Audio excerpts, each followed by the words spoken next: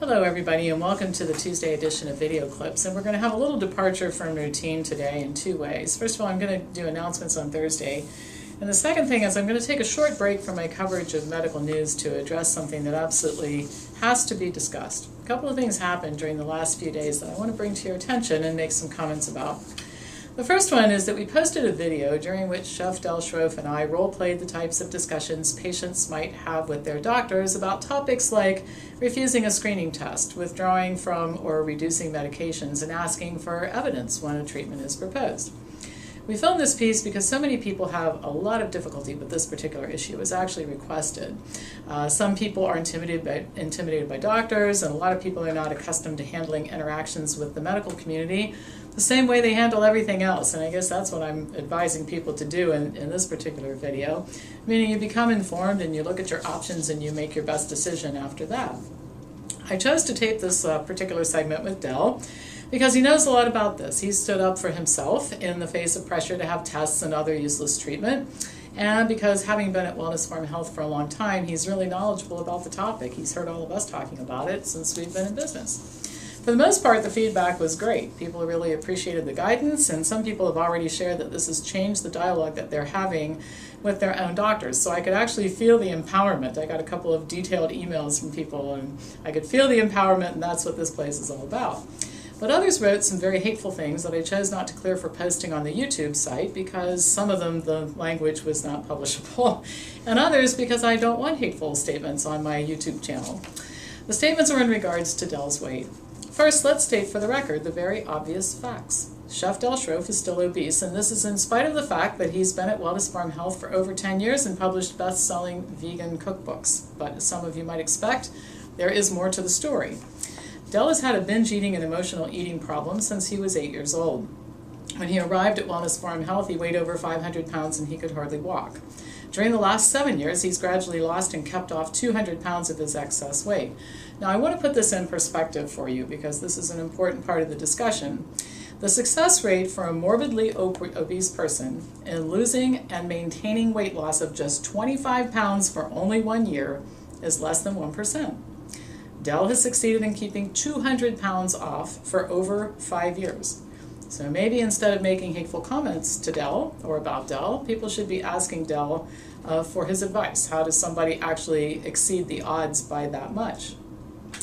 He's very publicly shared his struggles in overcoming his tendency to resolve personal issues and emotional feelings with food, and his struggles as he's tried to become more disciplined about things like exercise. He's getting better in spite of hateful comments about his appearance, which really don't motivate him, but rather cause the stress that results in emotional and stress eating, and I'm sure that that wasn't intended when the comments were made. Now, the reason I'm speaking to you about this, I'm coming from three different perspectives, and the first one is I am Del's friend.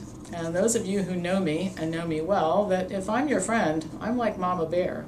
I will not tolerate anybody deliberately hurting my friends, and I will do anything for them, anytime, in any way that I can. I'm all in on the friend thing.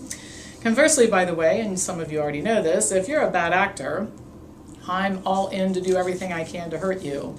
Listen carefully, FDA, USDA, medical institutions and drug companies, and many others. Zero tolerance on bad behavior from bad actors, and you, my friends I just spoke to, are bad actors. So those of you out there who felt so self-assured and anxious to let me know how much a video with an obese person bothered you, this is for you. I'm well aware that I could have chosen a beautiful, lean person to do this video. I didn't because that's not the filter I use when I make my decisions. The other thing I'll remind some of you is my guess is that many of you are not perfect. I'm certainly not. One of the things I frequently tell our overweight and obese folks here is that I've struggled with my own issues, and they've been just as persistent and I'm sure just as frustrating to other people in my life as Del's weight has been in his life. The only difference is that they're all in my head and they're not displayed openly on my body for everybody to see and comment about. For more information on all of that, you can read my autobiography, which I'm planning on writing when I'm 90 years old, and then I'll truly disclose everything and you'll get to see what that's all about. But back to business. For those of you who are perfect, feel free to stand in judgment of others, although you might find some more constructive ways to tell others about their shortcomings instead of making hateful comments. The rest of you, learn some compassion, reach out to help people instead of being so judgmental, and remember two things to keep in mind. There but for the grace of God go I, and also that you have struggled over the years with your own issues. So that's my commentary about the friend thing. Number two, I'm speaking as an owner of Wellness Forum Health. Our facility is a no judgment zone. We don't screen people for physical attributes here. If you're overweight, you can still have a job here. We feel that overweight people are better off showing up at our warm and inviting place every day, surrounded by information about optimal diet, habits, and health, and that it rubs off on people over time. That's exactly how Dell lost 200 pounds, by the way.